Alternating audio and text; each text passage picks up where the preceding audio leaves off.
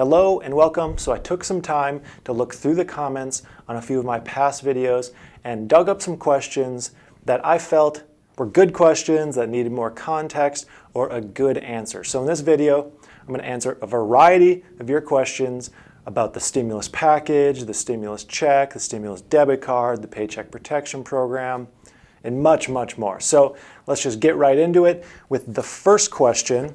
This one is from Kathy Ann Young, who asks, what do you do if you accidentally throw out the card? So I assume this is in reference to the stimulus debit card that around 4 million Americans have received in the last few weeks or will receive shortly.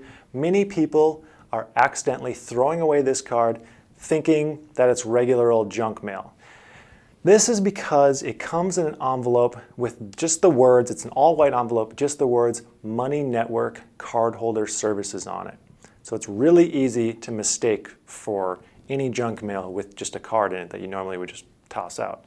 So if you accidentally throw away, destroy, or lose the card, all you have to do is call them at 800-240-8100. I'll have that in the description if you need to reference that later. So this brings us to the next question. Denise Kink asks, do you think the next stimulus will include dependents over 17? Well, first there has to be a second stimulus payment, which I'm currently giving that like a 65 to 75% chance. Then on top of that, I believe if it goes through, it will likely be identical to the first stimulus payment, meaning no dependents over the age of 17 will be included. But nothing is set in stone. I'd give it probably a 30 to 40% chance that if it goes through, adult dependents will be included. I think it'll be the same as the first payment simply because if it's not broke, don't fix it. They'll probably keep all the parameters the same. But again, nothing is approved and we could very well see it the other way around. It's only speculation at this point. So moving on to the next question, XP Zoo commented, 60% payroll cost is bad for some other businesses like consultation. So this is in reference to the House's vote yesterday to allow businesses who receive the Paycheck Protection loans to spend only 60% of their loan on payroll as opposed to the original 75% and still have that loan completely forgiven. So I believe there's some confusion here with this statement. So I'm going to clarify this. The new 60% provision, if it gets passed by the Senate, it still needs to get passed by the Senate, would allow businesses to spend as low as 60% on payroll and still have the entire loan forgiven. Businesses could spend more than 60% and still have it totally forgiven. That's the important point. I mean, heck, you could spend 100% on payroll and have the whole thing forgiven. The provision is that just at least 60% of the forgivable amount must go towards payroll. All right, moving on to the next question. Maureen Tanuswat asks, my son claimed my husband and I as dependents. Will we receive stimulus payments? So unfortunately, no. Under the first stimulus payment, you will not receive anything due to being an adult dependent over the age of 17. Moving on to the next question. Uber Ed asks, if the new Paycheck Protection provisions get passed by the Senate, will the bills be retroactive? So this is an important question. This is again in reference to the Senate who passed the changes in the Paycheck Protection Program, including that 60% payroll change, and they also changed the 8-week loan forgiveness window to 24 weeks. So if you currently have a Paycheck Protection loan in your account, this will most definitely be retroactive for you. The bill was passed for people who already have Paycheck Protection loans funded. However, I haven't seen any specific guidance yet as to if you received a Paycheck Protection loan and returned it, if you can reapply and get funding under the new rules. That being said, I would assume that businesses will be able to get funding again, will be able to reapply again. I just don't want to say for certain until I read official guidance on it. So hopefully we'll have a more complete story on that by next week, especially after the Senate votes on it, who could have it voted in as early as next week.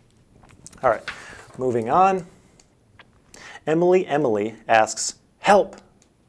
I got a card, but instead of my last name, they used my wife's maiden name for my last name.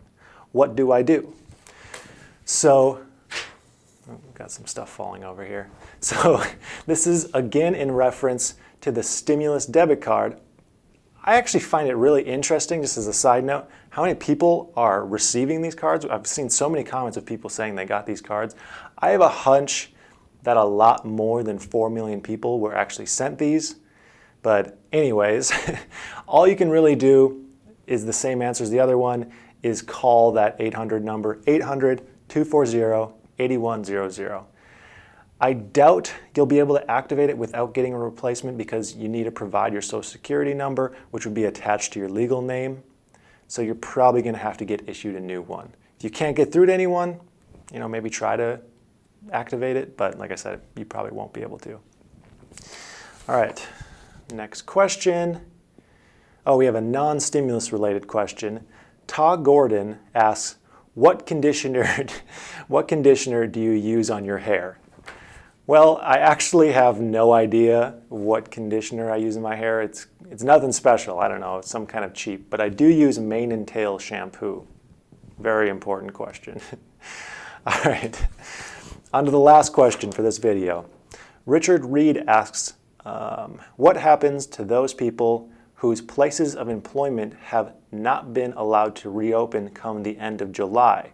Do those people get proverbially thrown to the wolves? So this is in reference to the proposed return to work bonus that may go in place of the increased $600 per week unemployment benefits. So there's two big issues with this proposal. First being exactly what he said, what if there's no job to return to? And then second being, people will no doubt be upset if they've been working the whole time and they don't also get this work bonus. So, people will still have regular unemployment that they can 100% still get and apply to, but that's much lower than this additional, $600 a week unemployment that people are eligible for right now and until July 31st. So there's no definitive answer to this yet because it's all just proposals as of right now, and there's still 2 months of the additional $600 unemployment. But it seems that the best way to do this, if it were to go through, would be to combine that return to work incentive with some other program in order for it to work properly. Maybe that in combination with the option to get additional unemployment, but the incentive would just be higher or something like that. So let's see. That's the last question I have for today. If you have any more questions regarding anything about the first stimulus, the potential next stimulus, the debit cards, paycheck protection, EIDL, anything like that, feel free to leave them below and I will address more questions in future videos. Also, as a reminder, for the low cost of 3 payments of $0.00, you can click subscribe on this channel, and if we hit 100,000 subscribers by June 6th, I'm going to donate $1,200 to a charity of this channel's choosing. Think about that. That's the deal of a lifetime. All right, thanks everyone. I hope you have a profitable day.